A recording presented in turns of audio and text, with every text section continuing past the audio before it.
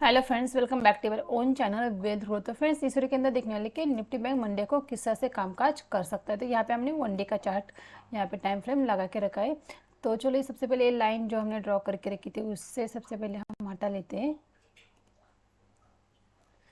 तो यहाँ से तो लाइन हमारी हट गई।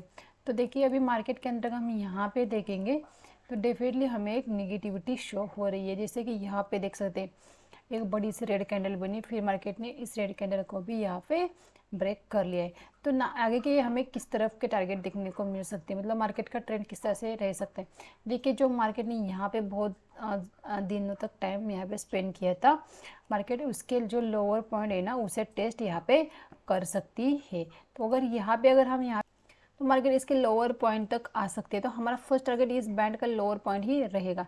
तो हम इसके अगर देखेंगे लोअर पॉइंट को यहाँ पे तो 42,880 तक के टारगेट हमें देखने को यहाँ पे मिलते हैं इसके लोअर पॉइंट तक।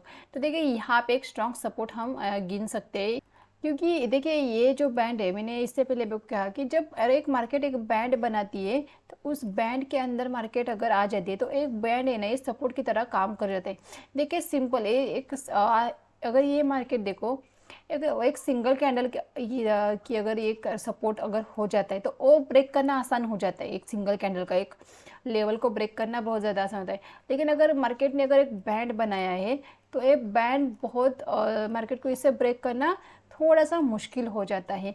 तो इसीलिए हम इसे एक स्ट्रॉन्ग सपोर्ट गिन सकते हैं। 42,880 को हम एक स्ट्रॉन्ग सपोर्ट गिन सकते हैं।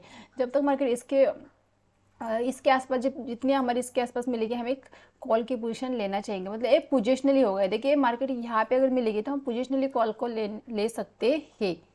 यहाँ पे फिर से हमें ऊपर की बैंड की तरफ 43,350 तक के टारगेट देखने को मिल सकते हैं।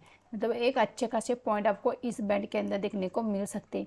तो देखिए जब भी हम कोई पोजीशन लेते हैं तो स्ट्रिक्टली एसएल के साथ लेते हैं। ये नहीं कि यहाँ पे कॉल लेना है तो चलो कॉल लेते हैं, हम बहुत सारे क्वांटिटी के साथ लेते हैं लेकिन एसएल को फॉलो नहीं करते। तो बिल्कुल ऐसा लोगों क्या कहते हैं, आधी बातें सुन लेते, पूरी बात नहीं सुनते और फिर कहते कि भाई इसने तो गलत कहा था, उसने तो गलत कहा था। आप पूरी बात तो सुनो, पूरी बात सारी सुनो फिर ट्रेड लो। तो देखिए ये एक बैंड है तो ये हमारे लिए सपोर्ट का काम कर सकता है। तो फिलहाल हमारे लिए 42,880 एक स्ट्रॉन्ग सपोर्ट है। तो इस लेवल के आसपास जितनी मार्केट मिलेगी, हम ऊपर की तरफ अगर मिलेगी तो डेफिनेटली सी की पोजीशन लेना चाहेंगे। मार्केट अगर इस बैंड को ब्रेक कर लेती है तो मार्केट के लिए 42,000 एक सपोर्ट बचता है।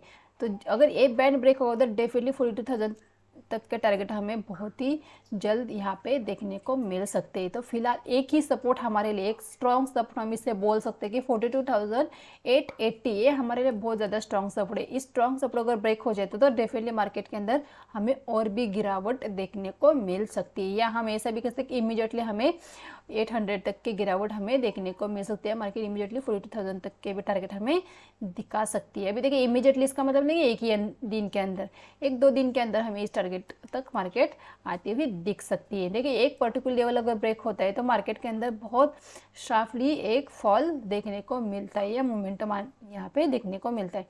तो 42,880 हमारे लिए फिलहाल के लिए तो सपोर्ट है अगर हम डे के चार्ट पे निकल दे तो चलो मैं आपको 5 मिनट के चार्ट पे दिखाती हूँ कि ये सपोर्ट कहाँ पे आ रहा है। ये देखिए हमारा 5 मिनट का चार्ट लगा के रखा है। 5 मिनट के चार्ट पे मैं आपको जो सपोर्ट दिखा रही थी वो ये है, जो यहाँ पे मार्केट ने जो टाइम बिताया था ना, देखिए यहाँ पे टाइम बिताने के ऊपर गई, रिट्रेस करने के बाद एक ऊपर गई, मार्केट फिर से इसी बैंड के अंदर यहाँ पे हमें आती हुई दिख रही है। तो इसका जो लोअर पॉइंट रहेगा यहाँ पे, इस लोअर पॉइंट तक मार्केट हमें आती हुई दिख सकती है। तो देखिए किस तरह से कामकाज करना है, मैं आपको यहाँ पे शो कर लेती हूँ कि यहाँ पे अगर हम यहाँ पे देखते हैं, देखिए मार्केट अगर फ्लैट ओपन हो जाती है, मार्केट अगर फ्लैट ओपन हो जाती है नीचे चलती है, जैसे लो को ब्रेक करेगी, अगर हम इस लो को देखते हैं आज के यहाँ पे 43,100 को मार्केट ब्रेक करेगी तो 42,880 तक के टारगेट के लिए हम डेफिनेटली यहाँ पे एक पी की पोजीशन ले सकते हैं। तो 42,880 तक के हमें टारगेट देखने को मिल सकते हैं। लेकिन ये फ्लैट ओपनिंग में, फ्लैट ओपन होकर ब्रेक करेगी तो हमें ये टारगेट देखने को मिल सकते हैं। मार्केट फ्लैट ओपन के ऊपर चलती है 43,450 के ऊपर जब निकलेगी हम सी की पोजीशन यहाँ पे ले सकते हैं। फ्लैट ओपन होकर ऊपर निकलती है तो 43,450 को ब्रेक करेगी तो हम सी की पोजीशन लेना चाहेंगे। फिर 43,800 तक के टारगेट हमें ऊपर की तरफ देखने को मिल सकते हैं। तो ये हमारी फ्लैट ओपनिंग की तो ट्रेड यहाँ पे इस तरह से प्लान हम कर सकते हैं। मार्केट अगर गैप डाउन खुलती है, देखिए एक ऐसी लेवल 43,350 एक ऐसा लेवल होगा जिसके ऊपर अगर मार्केट जब तक रहेगी वहाँ पे हम सी के अपोजिट ढूंढेंगे। 43,350 के ऊपर हम सी के बारे में सोचेंगे। अगर मार्केट गैप अप खुल जाती है 43,350 के ऊपर खुल जाती है, तो जब तक मार्केट 43,350 के ऊपर अगर मार्केट हमें मिल जाती है तो हम कोशिश करेंगे वहाँ पे एक सी के अपोजिट ढूंढने की। अगर मार्केट 43,350 के नीचे अगर आ जाती है तो डेफिनेटली हम हमारी पोजीशन को पी में कन्वर्ट कर सकते हैं। फिर हमें नीचे की तरफ 43,000 हमारा फर्स्ट टारगेट रहेगा। यहाँ पे नेक्स्ट टारगेट रहेगा 42,880। तो इस तरह से हमें हमारे टारगेट को प्लान कर सकते हैं।